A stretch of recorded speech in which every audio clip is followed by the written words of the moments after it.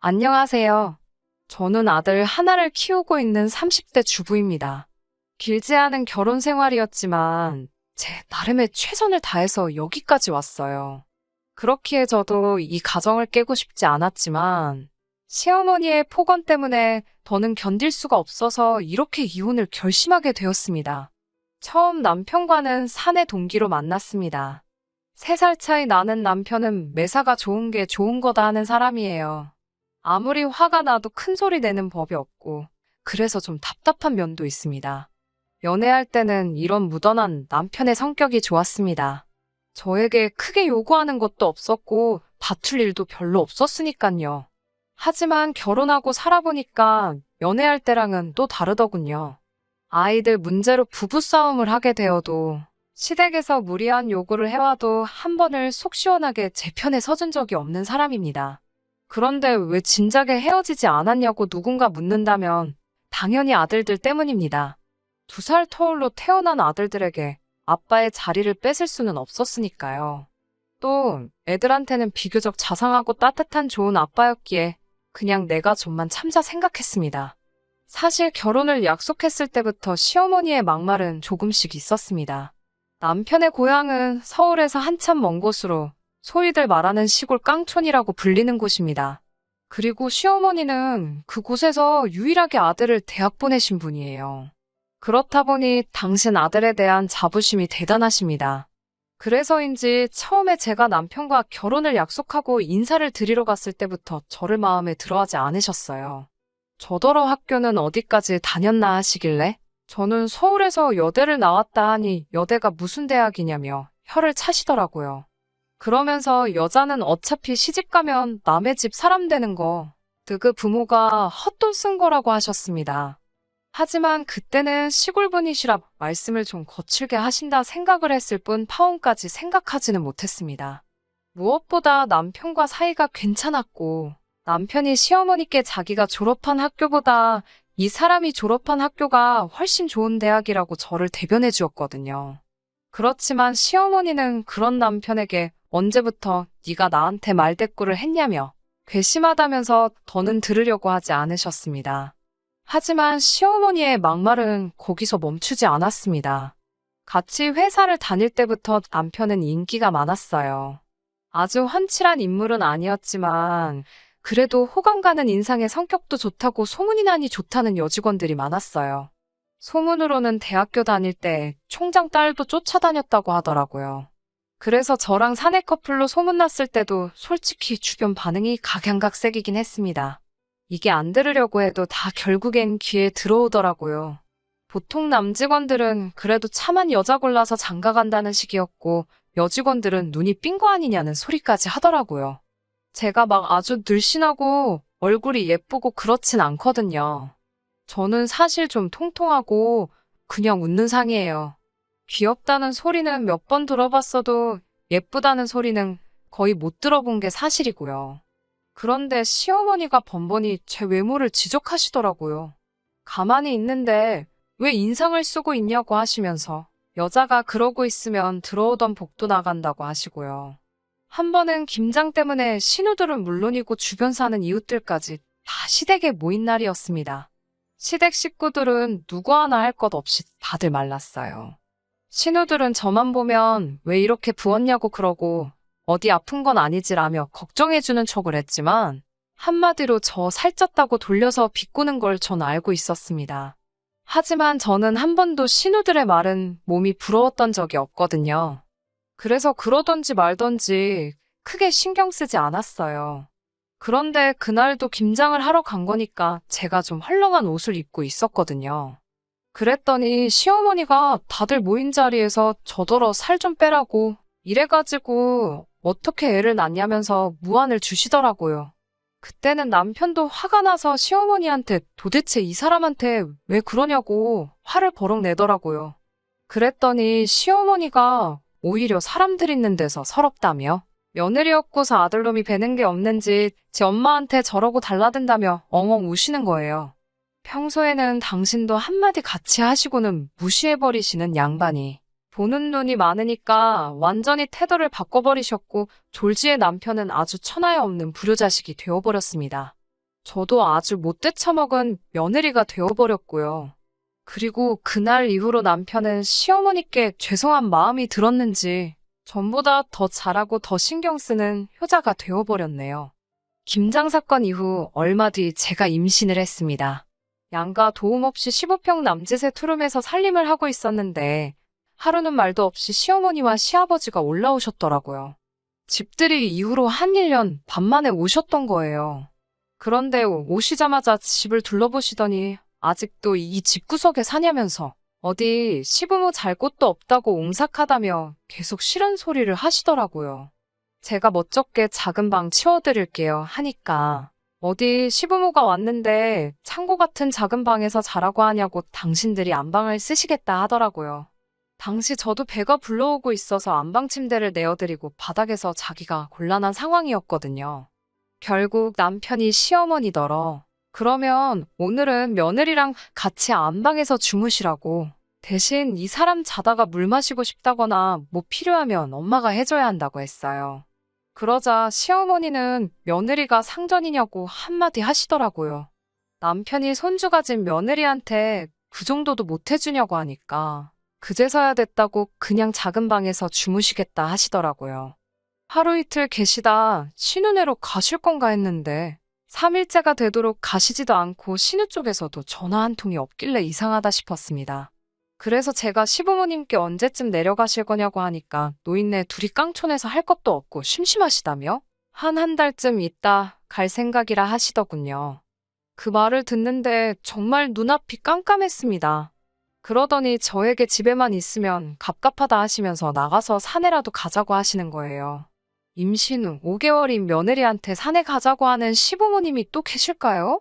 그러시면서 하시는 말씀이 너 살도 좀 빼야 되지 않겠냐면서 얼른 산에 가게 준비 좀 하고 나오래요.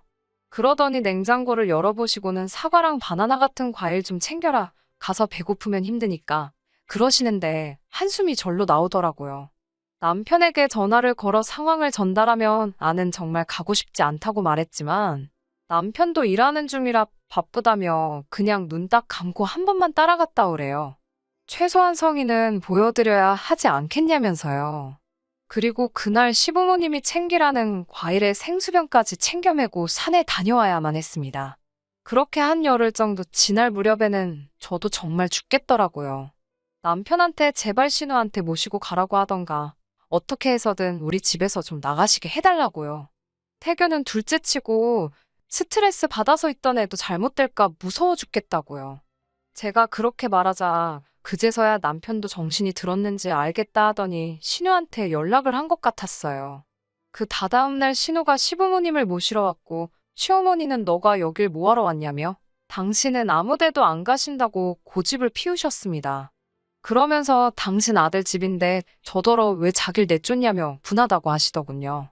저도 이것만큼은 시어머니께 확실히 말씀드려야겠다 싶어서 저랑 남편 똑같이 반반 부담해서 보증금 넣고 들어온 집인데 왜 이게 남편 혼자만의 집일 수가 있냐고 이건 저희 집이라고 그랬어요. 그러자 옆에 있던 신우가 잠깐 얘기 좀 하자고 그러더라고요. 옳게 내가 동생이 중간에서 힘들다고 하길래 두말 않고 우리 엄마 모시러 왔으면 고맙습니다 하고 가만히나 있으면 되는 거지. 뭐가 그렇게 당당해서 나이든 노인네한테 이게 내 거니 네 거니 따지고 앉아있어 라는 거예요. 그러면서 둘이 보증금이야 반반했는지 몰라도 지금은 내 동생이 벌어오는 걸로 먹고 살잖아. 근데 뭐가 그렇게 당당해? 그러는데 어이가 없더라고요. 그 말을 듣는데 얼마나 분하던지 온몸이 파르르르 떨리는 것 같았어요. 신우는 그건 눈치를 못 챘는지 아무튼 옳게 다시 봤다면서 시부모님을 모시고 나갔습니다. 나가시면서도 그냥은 안 나가시고 무슨 저를 불구대천의 원수라도 만난 것 마냥 문 밖을 나가실 때까지 도끼 눈을 뜨고 저를 째려보고 계시더라고요. 다행히 그 이후로 시부모님은 한동안 저희 집에 발길을 끊으셨습니다. 그리고 그 덕분인지 저는 순산하여 눈에 넣어도 아프지 않을 아들을 얻게 되었어요. 아들은 누가 봐도 저를 꼭 닮아 있었습니다. 저희 친정 식구들 모두 제가 어렸을 때랑 똑같다면서 신기하다고 하더라고요. 그런데 시부모님은 아주 당신 아들 어렸을 때랑 똑같이 생겼다면서 똘똘하게 생겼다고 좋아하시더라고요. 지 엄마, 그러니까 저를 안 닮아서 얼마나 다행이냐고요. 듣고 있자니 어이가 없었지만 갓 태어난 아기를 앞에 두고 큰 소리 내기도 싫어서 그냥 귓등으로 듣고 흘려버렸어요. 그 이후로도 뭐 시시콜콜한 잔소리 참 많았는데요. 그런 건 이제 그만 이야기하고 지금껏 잘 참아온 제가 이혼을 결심하게 된 이유를 이야기해보겠습니다. 아이 키우느라 정신없이 살다 보니 나중에는 웬만한 시부모님의 말씀은 말 그대로 한 귀로 듣고 반대쪽 귀로 내보내는 기술이 생기더라고요. 덕분에 지금까지 남편하고 이혼 안 하고 견디며 살 수 있었던 거고요. 그럼에도 불구하고 시어머니가 제 아들에 대해서 이렇게 저렇게 말씀하시는 건 도저히 견딜 수가 없었습니다. 저희 아들은 얼마 전 5살이 되었습니다. 요즘 애들은 한 4살 때부터 한글은 물론이고 알파벳도 배운다고 하던데 저희 아들은 그렇게는 잘 못하더라고요. 전 조바심이 났지만 남편은 때 되면 다 하게 된다고. 아직도 피덩이나 마찬가지인데 너무 애한테 스트레스 주지 말자는 주의였어요. 이런 교육관의 차이로 몇 번 말다툼도 있었고요. 그런데 한 번은 시부모님이 손자보고 싶다고 올라오셨을 때였어요. 시부모님은 한술 더 떠서는 애가 공부에 흥미 없는 게 다 저 때문이라고 하시면서 앞으로 뭐가 되려고 저러는지 모르겠다 하시는 거예요. 그래서 제가 아무리 그래도 그렇지 아직 한참 어린애한테 그렇게 말씀을 하시냐고 쏴붙였습니다. 무슨 저주를 내리는 것도 아니고 너무 화가 나더라고요. 그러더니 저희 남편은 어렸을 때 동네에서 무슨 수재라고 소문이 났었다나요. 그래봤자 그 동네의 집이라곤 20채나 되나? 그렇게 작은 마을인데 수재라니 듣는데 어이가 없어서 웃음이 났어요. 그러자 너 왜 시어머니가 말씀하는데 웃냐면서 못 배운 티를 낸다고 하시더군요. 그래서 제가 시어머니한테 제가 뭘 못 배웠냐고 저도 서울에서 대학 나오고 배울 만큼 배웠다고 따졌습니다. 그러자 뭐냐 그래 너가 배웠다고 지금 시어머니를 무시한다 이거지. 라며 어디다 막 전화를 거시더라고요. 신우였어요. 신우가 저를 바꾸라고 했는지 시어머니가 전화기를 저한테 들이밀었지만 저도 신우가 욕할 것 뻔히 하니까 안 받았습니다. 그러자 신우도 화가 났는지 남편한테 전화해서 제가 자기 전화를 무시한다면서 생난리를 쳤더라고요. 남편은 저에게 왜 일을 크게 만드냐면서 너 요즘 한 귀로 듣고 한 귀로 흘리는 거 잘하지 않냐고 이번에도 그러지 왜 못 참았냐고 제 탓을 하더라고요. 제가 나에 대해서 이러쿵저러쿵 말씀하시는 건 얼마든지 하셔도 괜찮다고. 하지만 왜 아직 앞길이 구말리인 손자한테 그런 소리를 하시냐고 기분 나쁘다고 그랬어요. 그러다 시어머니가 사시면 앞으로 얼마나 사시겠냐면서 나중에 후회하지 말고 계실 때 잘하라고 하더군요. 그 말을 듣는데 얼마나 성질이 나던지 저도 지지 않고 시어머니는 나한테 그러는 거 후회 안 하신대? 라고 따져 물었습니다. 그러자 남편도 딱히 할 말이 없는지 한숨만 쉬더라고요. 그리고는 얼마 전에 결정적인 사건이 있었습니다. 시어머니가 며칠 전부터 신으며 저희 남편이며 연락을 해서 당신이 아프시다고 소문을 내셨더라고요. 남편이 지나가는 말처럼 저에게 어머니가 아프시다네 그러길래 그래, 그럼 병원 가보셔야 되는 거 아냐? 라고 대답하니 그렇지, 가보셔야지 하고는 말더라고요. 순간 전화를 드릴까 하다가 남편도 신호도 아무 말도 안 하는데 내가 뭐하러 나서나 싶어서 그냥 가만히 있었어요. 그리고 한 사흘 지났을까. 신우한테 갑자기 연락이 오더니 오늘 우리 엄마 그 집으로 갈 거라고 하더군요. 제가 당황해서 저희 집이요? 하고 묻자 나는 이제 짜증나서 같이 못 지내겠으니까 올케가 모시고 병원도 좀 다녀오고 시골에다가 다시 모셔다 드려 이러더라고요. 저는 솔직히 너무 황당했어요. 아무리 자기가 짜증나도 그렇지 저희 부부랑 한마디 상의도 없이 시어머니를 모시고 와서는 무턱대고 모셔다 놓으신다고 하니깐요. 그렇지만 아프시다는 분을 못 소개할 수도 없고 알겠다 했습니다. 그리고 몇 시간 후에 신우가 진짜로 시어머니를 모시고 왔어요. 신우가 오기 전에 몇 번이고 상황을 알아보려고 남편한테 전화를 했었는데 안 받더니 시어머니가 도착하고 나서는 귀신같이 전화가 오더라고요. 그러더니 어머니는 어때 보이냐며 저보고 어머님한테 잘 해드리라 하는 거예요. 그래서 제가 이게 어떻게 된 거냐고 자초지종을 물으니 아프시다니까 남편이 신우더러 우리 집으로 모시고 오라고 했대요. 모시고만 오면 자기가 뒷일은 알아서 한다고요. 그래서 제가 나랑 상의라도 한마디 하지 그랬냐고 하니까 그럼 네가 퍽이나 오라고 했겠다면서 자기도 중간에서 힘들다면서 그냥 시부모님이 뭐라고 하면 네 하고 그대로만 하래요. 그러면서 지나가는 말처럼 자기가 그 많은 여자들 중에 왜 인물 같은 거 안 보고 저를 만난 줄 아냐고 하더라고요. 고분고분하고 순한 여잔 줄 알았다면서 속은 기분이라고 하더군요. 그 말을 듣는데 망치로 머리를 한 대 맞은 느낌이었어요. 저는 그래도 남편과 사랑해서 한 결혼이라고 믿었기에 시댁의 부조리한 대우에도 꾹 참고 남편만 보고 살았으니깐요. 제가 그날 밤 퇴근하고 돌아온 남편에게 나를 사랑한 적은 있냐고 물으니까 남편이 그냥 홧김에 한 소리를 가지고 또 무슨 사랑했냐는 그런 소리까지 나오냐면서 그만하자고 자기 피곤하다고 그러더군요. 지금 생각해보면 저는 그때 남편이 한 수 접고 들어가는 그 모습에서 어떻게든 희망을 찾으려고 한 것 같아요.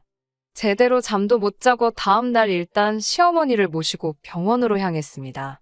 시어머니는 할 일 없는 제가 같이 가는 게 당연하다며 저더러 맨날 남편 출근하면 혼자 집에서 밥이나 해먹고 뒹굴거리니 좋겠다고 비아냥거리시더군요.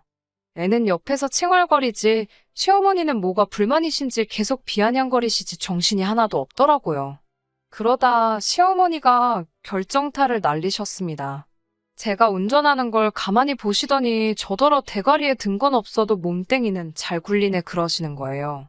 그런 상스러운 말은 살면서 처음 들어봤기에 저는 너무 놀라서 하마터면 가로수를 들이받을 뻔했습니다. 가까스로 차를 멈추고 제가 뒤를 돌아보며 시어머니께 방금 뭐라고 하셨냐니까 듣지 않았냐며 몸땡이는 잘 굴린다고 그러면서 그러니까 내 아들도 꼬셔내고 그러시는 거예요. 저는 바들바들 떨리는 두 손으로 간신히 핸들을 부여잡고 집에 돌아올 수 있었습니다.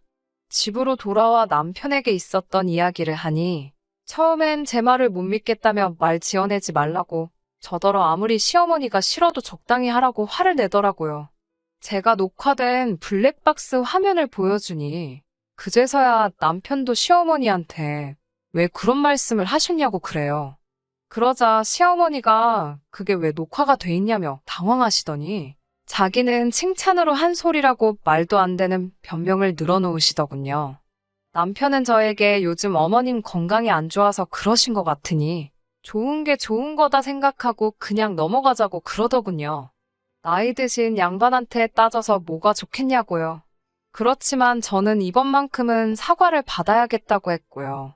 그러자 신우까지 저희 집으로 쫓아와서는 저더러 적당히 좀 하라면서 그럼 뭐 지금 시어머니더러 며느리 앞에 무릎이라도 꿇고 죄송합니다 하라는 거냐면서 억지를 쓰더라고요.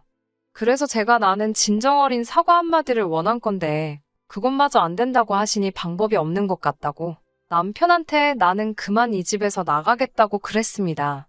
그러자 남편이 대번에 별소리를 다 한다면서 그럼 우리 애는? 이러더군요. 그래서 당신이 키우라고 했습니다. 애를 인질로 저를 잡아두려는 계산이었겠지만 제가 됐다고 하니 시어머니가 기세등등하게 신우한테 그럼 네가 데려다 키워라 그러시더군요. 그러자 신우도 사색이 되어서는 시어머니한테 무슨 소리냐고 내가 왜 조카를 키우냐고 됐다고 난색을 표하더군요. 그러면 아들 장선인데 어디 내다버리기도 하라는 거냐면서 애 대학교까지만 보내놓으면 그때 가서 남편이 다시 데리고 오면 되지 않냐고 하시더라고요. 신우가 얼굴이 사색이 돼서 남편한테 좀 어떻게 좀 해보라는 식으로 사인을 주더니 남편도 그제서야 시어머니한테 엄마는 왜 집사람한테 그런 소리를 해서 이 사단을 만드냐며 빨리 사과하라고 하더군요. 하지만 오히려 시간이 지날수록 제 마음은 냉정하게 식어갔고 상황도 더 명확하게 보이더군요. 저도 엄만데 아들을 포기하고 싶은 마음은 추호도 없었어요. 하지만 아들 때문에 제 인생을 포기할 수도 낭비할 수도 없었습니다. 그래서 저는 남편에게 양육권이랑 양육비 주는 조건이면 언제든지 애는 보게 해주겠다고. 그리고 이혼 후에도 만에 하나 시어머니 돌아가시고 나서 그때 가서 다시 시작하자거나 할 생각하지 말라고. 세상 그 무슨 일이 있어도 당신이 나랑 다시 합칠 일은 없을 테니까. 혹시나 하는 기대도 진작에 버리라고 말해줬습니다. 남편은 저에게 생각할 시간을 달라고 하면서 일전에 자기가 저에게 했던 모든 말들은 진심이 아니니까 잊으라고 하더군요. 어머니 편, 아내 편, 둘 다 동시에 들 수는 없으니 전부 제가 이해해 줄 거라 믿고 어머니 편을 들었다고요. 그러는 편이 괜히 놓친 내 거슬러서 저한테 날이면 날마다 못 살게 굴 것을 못하게 한 거라고. 이게 다 제가 편하자고 남편인 자기가 옳은 결정을 내린 거였으니 저보고 그런 부분도 조금 이해해달라는 그럴싸한 변명을 제 마음 다 떠나가서야 하네요. 사랑했던 남편이고 아이에게는 좋은 아빠였으니 저도 마음이 끝까지 흔들렸지만 단지 시어머니가 늙어가신다는 이유로 그 모든 화와 처우를 견딜 수가 없었습니다. 그렇게 지금은 남편과 거의 이혼 절차의 마지막 단계인 이혼 숙려 기간 중입니다. 이혼 사유는 당연히 시어머니의 언어 폭력이었고요. 이혼이란 결정을 홧김에 내리지 않게 숙려 기간을 준다고 하는데 고작 사주 가지고 풀어질 상황이었다면 이혼도 하지 않았겠지요. 다시 돌아갈 생각도 추호도 없습니다. 제가 다 참아 제 얼굴에 침 뱉기 같아서 다 적지는 않았지만 이혼을 하기 위해 증거랍시고 그동안 시어머니께 녹음된 통화를 보니 양이 생각보다 훨씬 많았거든요. 그리고 병원 검사 결과가 나왔는데 시어머니는 풍에다 약간 치매기도 있으시다고 하네요. 신우는 자기가 독박 쓰고 돌보게 생겼다 싶은지 하루가 멀다 하고 저한테 그동안 미안했다고 열심히 사과하면서 이제 제발 마음 고쳐먹고 애를 위해서라도 다시 돌아오라고 하는데 그런 속이 뻔히 보이는 꼼수가 이젠 통할 리가 없지요. 앞으로 고생하시라고 한마디 해드리고 말았습니다. 어린 아들을 데리고 앞으로 살아갈 생각을 하면 하루는 할 수 있다 싶다가도 하루는 또 암담하고 그래요, 솔직히. 하지만 이제는 아들에게 좋은 롤모델이 되기 위해서라도 제 자존감을 지키며 살아가려고 합니다. 들어주셔서 정말 감사합니다. 끝까지 들어주셔서 감사합니다. 오늘의 사연은 여기까지입니다. 구독과 좋아요, 알람 설정 부탁드리고 더 좋은 사연으로 다시 찾아뵙겠습니다. 감사합니다.